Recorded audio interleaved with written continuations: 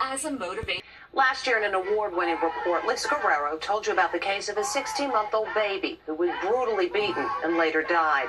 But the woman charged in the case was sentenced to just 77 days in jail. Many of you were outraged. Well, there's been a major development. With just over 1,000 residents, the quaint town of Topeka, Indiana has a fitting motto: life in the past lane. But it's a horrible crime from the past that's now putting a dark cloud over the town. In 2009, this adorable toddler was brutally beaten. Doctors tried desperately to revive her, but 16-month-old Alyssa Guernsey didn't make it. This was a little baby. I mean, it's just incomprehensible. She had bruises all over her face and body, a broken arm, lacerations on her lip, and her hair was even pulled out. She deserves justice.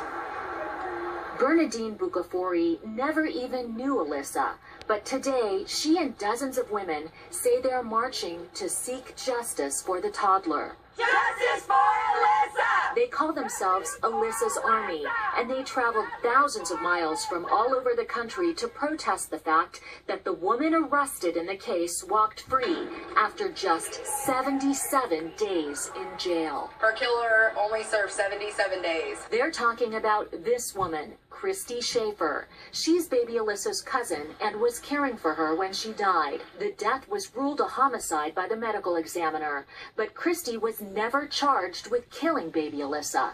Instead, she was charged and pled guilty to a far lesser crime: neglect of a dependent. Christy could have been sentenced to up to 20 years in prison, but the judge in the case, Scott Vanderbeck, gave her just 10 years and then surprisingly suspended 6 of them. But his leniency was far from over. In a shocking twist, Judge Vanderbeck reduced Christy Schaefer's sentence from 4 years to a grand total of just 77 days. Why? It turns out Schaefer's father works at the local bank just down the street from the courthouse, and the judge admits knowing him well. While that might not seem like a big deal in a small town like this, some critics say that's a clear conflict of interest that could have made the judge more sympathetic towards Schaefer. Christy Schaefer's father, Kerry Sprunger, is a prominent citizen in town and the vice president of Farmers State Bank. This is what the judge said about Christy's father during a court hearing.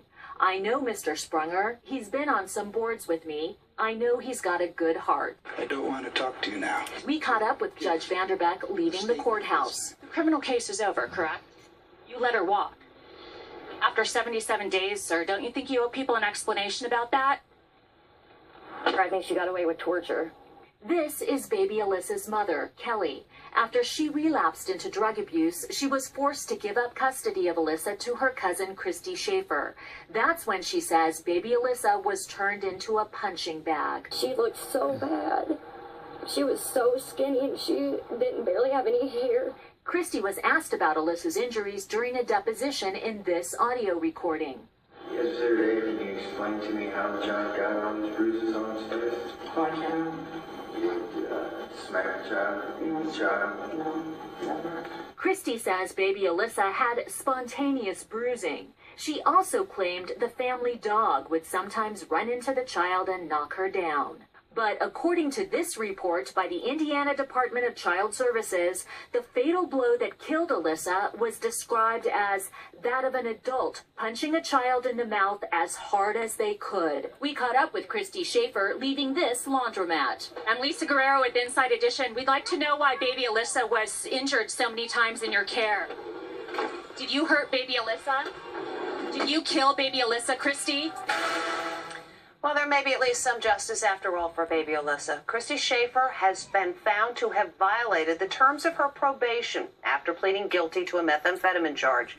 She has now been sentenced to 6 years in prison. You can find Cedar Hope